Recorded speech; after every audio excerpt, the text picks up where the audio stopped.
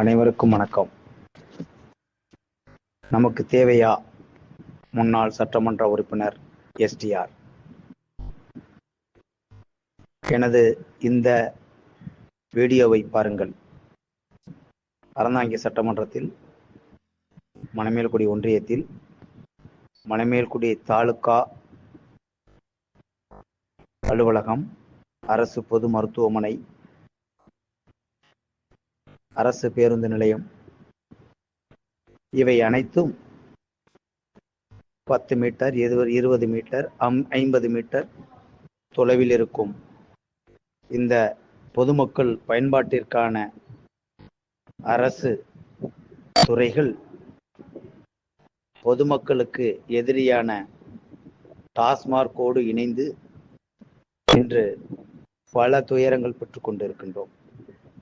மணமேல்குடி தாலுகா அரசு பொது மருத்துவமனை இன்று பிணம் உடைக்கும் ஒரு செயலுக்காக மட்டுமே 80-85% பயன்படுத்தப்பட்டு வருகிறது. எந்த விதமான இன்றைய காலகட்டத்திற்கான எந்த நவீனமும் இல்லாமல்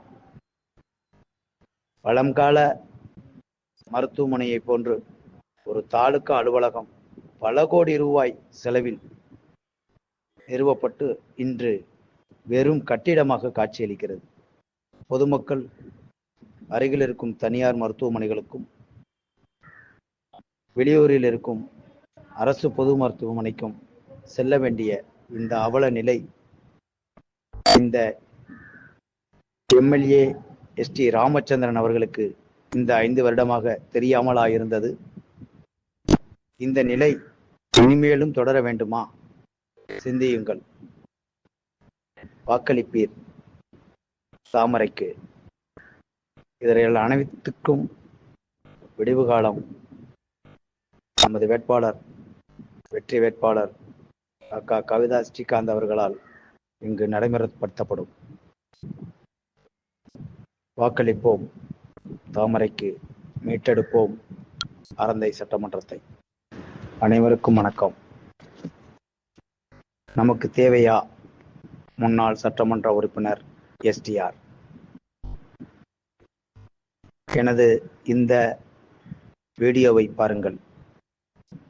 அறந்தாங்கி சட்டமன்றத்தில் மணமேல்குடி ஒன்றியத்தில் மணமேல்குடி தாலுகா அலுவலகம், அரசு பொது மருத்துவமனை, அரசு பேருந்து நிலையம் இவை அனைத்தும் 10 மீட்டர், 20 மீட்டர், 50 மீட்டர் தொலைவில் இருக்கும் இந்த பொதுமக்கள் பயன்பாட்டிற்கான அரசு துறைகள் பொதுமக்களுக்கு எதிரியான டாஸ்மார்க்கோடு இணைந்து இன்று பல துயரங்கள் பெற்றுக் கொண்டிருக்கின்றோம். மணமேல்குடி தாலுகா அரசு பொது மருத்துவமனை இன்று பிணம் உடைக்கும் ஒரு செயலுக்காக மட்டுமே 80-85% பயன்படுத்தப்பட்டு வருகிறது. எந்த விதமான இன்றைய காலகட்டத்திற்கான எந்த நவீனமும் இல்லாமல் பழங்கால மருத்துவமனையை போன்று